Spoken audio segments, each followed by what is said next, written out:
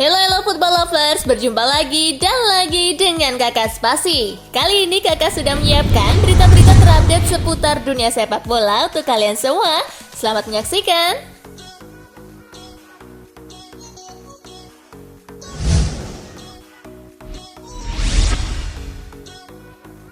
Bayern Munich versus Hoffenheim, di Rotten menang telak 3-0.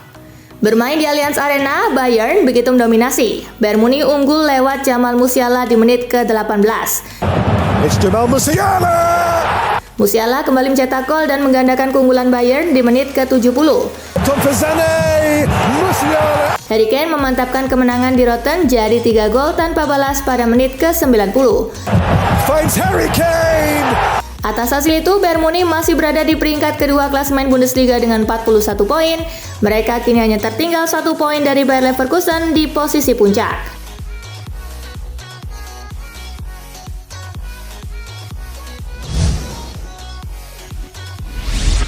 Hasil Piala Asia 2023, Qatar cukur Lebanon 3-0 di laga pembuka. Piala Asia 2023 dimulai, laga pembuka menyajikan Qatar versus Lebanon. Qatar memimpin 1-0 di babak pertama lewat gol Akram Afif di menit ke-45. Almos gandakan skor di awal menit kedua. 56th minute, lovely ball in. Afif bikin brace di menit akhir dan membuat Qatar menangi laga pembukanya dengan skor 3-0.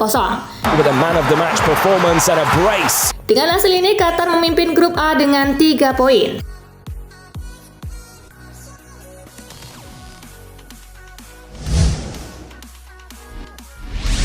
Pengakuan Rangnick saat saya di MU, Sancho nggak bermasalah.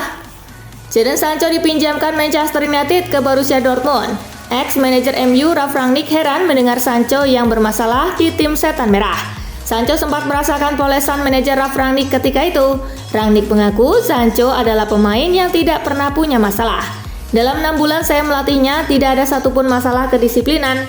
Sebaliknya, dia adalah pria yang kalem dan menyenangkan. Jelasnya kepada Sky Sport.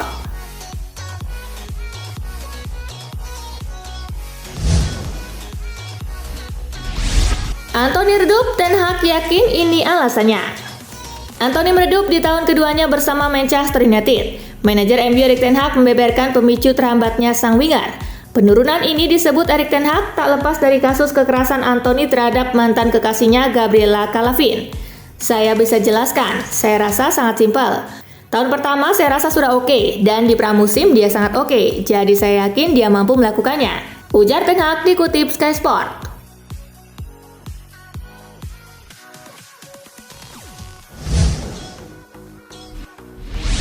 AC Milan dikabarkan mau sudahi kontrak Pioli lebih awal. AC Milan dikabarkan tak akan menyelesaikan kontrak Stefano Pioli. Milan sudah tersingkir di 2 ajang yang diikuti, Liga Champions dan Coppa Italia. Hal itu yang menurut La Gazzetta dello Sport membuat Milan enggan untuk menambah kontrak Pioli. Kontrak Pioli masih berlaku sampai Juni 2025, tetapi Milan dikabarkan ingin menyudahi lebih awal. Petinggi Milan disebut akan mengambil keputusan mengenai hal itu pada musim panas tahun depan.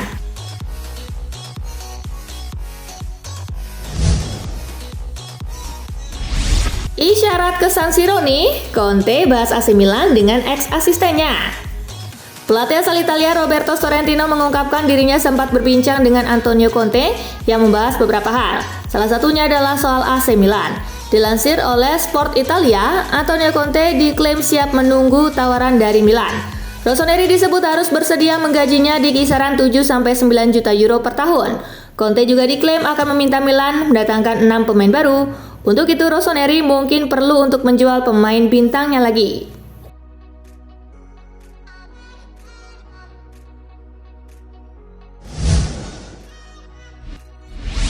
Butuh pengganti Gavi, Barcelona coba datangkan Joao Palhinha. Raksasa Spanyol Barcelona nampak masih belum puas dengan komposisi lini tengahnya. Mereka kini santer diberitakan kepincut dengan talenta Portugal Joao Palhinha. Beberapa sumber mengklaim bahwa Palhinha sangat tertarik bergabung dengan Barca. Untuk bisa bermain bersama jawara La Liga suatu hari nanti adalah mimpi yang terus didambakan sang gelandang. Di Barcelona, bakat serta kualitas Palhinha akan termaksimalkan. Tetapi Barcelona harus merogoh kocek sekitar 60 juta euro untuk bisa mendaratkannya ke Camp Nou.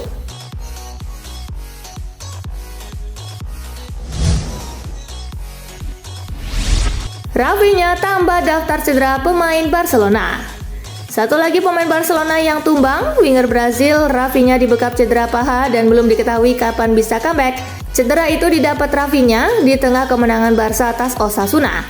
Hasil tes yang dijalani Rafinha mengemukakan bahwa adanya cedera di otot paha kiri si pemain. Comebacknya pesepak bola berusia 27 tahun itu akan bergantung pada proses pemulihannya.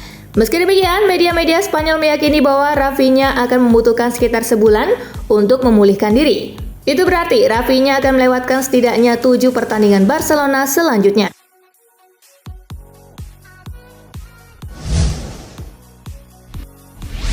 Sudah latihan, Gabriel Jesus segera comeback di skuad Arsenal.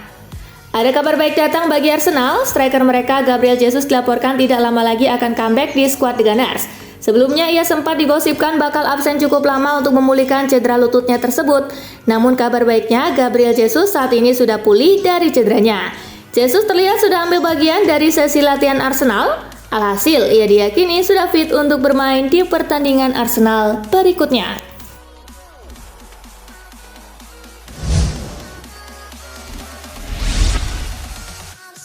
Skandal perselingkuhan terbongkar, Kyle Walker minta maaf ke istri. Skandal perselingkuhan Kyle Walker terbongkar. Bek Manchester City itu meminta maaf kepada istrinya, Annie Kilner. Walker mengumumkannya di media sosialnya. Pemain berusia 33 tahun itu meminta maaf kepada istrinya, seraya meminta privasinya dihormati. Dilaporkan Mirror, Annie Kilner kabarnya gerah dengan Walker. Mantan pemain Tottenham Hotspur itu berulang kali tersangkut kasus dengan wanita lain. Pemicunya adalah Kyle Walker disebut menjadi ayah dari anak kedua model Lauren Goodman.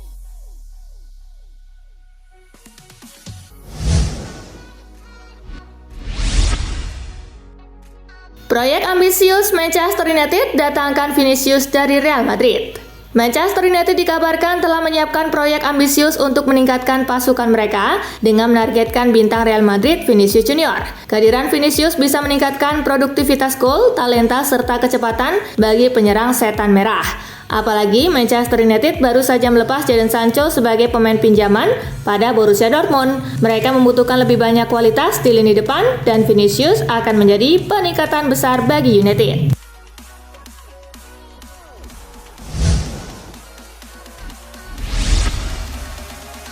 Waduh, cedera Christopher Nkunku semakin memburuk. Ada kabar kurang baik datang bagi fans Chelsea. Penyerang mereka Christopher Nkunku harus absen lebih lama karena cederanya memburuk. Pochettino menyebut bahwa pada awalnya tim medisnya mendiagnosa cedera Nkunku tidak terlalu parah sehingga ia bisa pulih cepat di skuad Chelsea.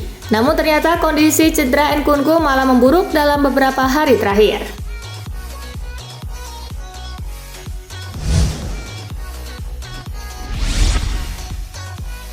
Borussia Dortmund resmi datangkan Ian Maatsen dari Chelsea. Klub Bundesliga Borussia Dortmund kembali mengumumkan transfer terbaru mereka. Di Borussen berhasil mendapatkan bek muda Chelsea Ian Maatsen. Melalui akun media sosial mereka, Dortmund resmi mengumumkan bahwa sang bek akan memperkuat tim mereka di sisa musim 2023-2024 ini. Dalam keterangan resmi mereka, Sebastian Kehl memastikan bahwa peminjaman Maatsen merupakan murni transfer peminjaman. Ia memastikan Dortmund tidak memiliki opsi pembelian permanen untuk sang bek.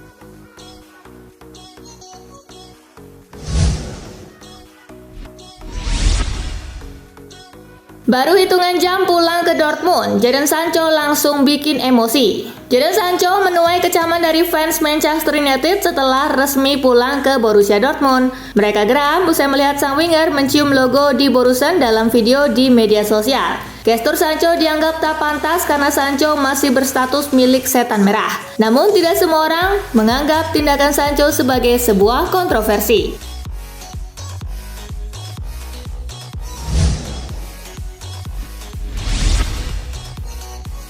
Bayern Munchen lepas Franz Beckenbauer dengan Harry Kane bikin rekor. Bayern Munchen melepas kepergian Franz Beckenbauer dengan cara terbaik di mana striker Harry Kane membukukan rekor. Hal tersebut dicatatkan saat Bayern Munchen menang 3-0 atas Hoffenheim. Kane menyamai catatan Robert Lewandowski yang mencetak paling banyak gol sepanjang sejarah di paruh pertama sebuah kompetisi Bundesliga. Pada musim 2020-2021, Lewandowski juga mencetak 22 gol dalam 17 pertandingan pertama.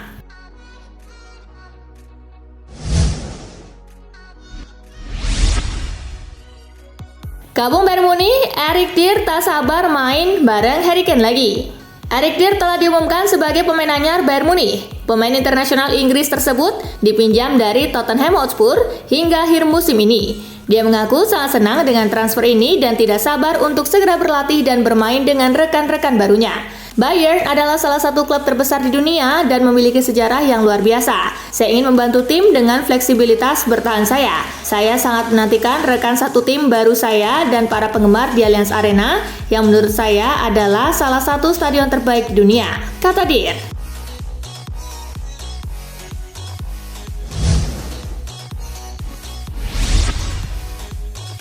Resmi, Fenerbahce amankan pilar Milan di musim dingin. Fenerbahce resmi mengamankan gelandang bertahan AC Milan, Red Krunic, dengan mahar 5 juta euro plus bonus 1 juta euro. Peresmian sang pemain diumumkan Jumat 12 Januari. Kini ia sudah resmi menjadi punggawa Fenerbahce menemani Leonardo Bonucci yang baru saja datang beberapa hari sebelumnya dari Union Berlin. Sang pemain saat ini sudah menjalani tes medis dan diperkenalkan sebagai rekrutan anyar klub. Masih belum diketahui berapa lama masa baktinya bersama si Kenari Kuning.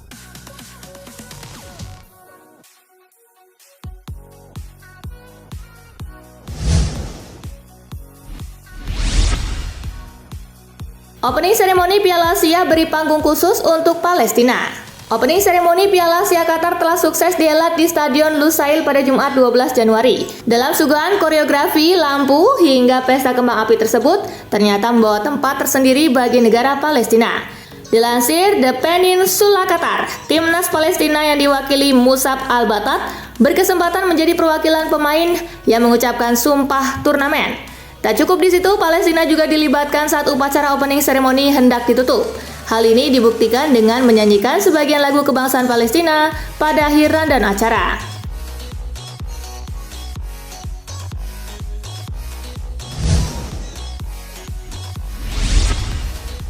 Nah itulah tadi guys, kumpulan berita menarik dan terupdate dari Kakak Spasi. Simak terus ya berita-berita terupdate lainnya dari Kakak Spasi yang pastinya akan Kakak update di Spasi Football News. Tapi jangan ditinggalin ya channel Spasinya, karena Kakak akan update juga tentang fakta-fakta menarik seputar sepak bola dunia. Dan jangan lupa untuk terus di like, comment, share, dan juga subscribe ya. See you guys!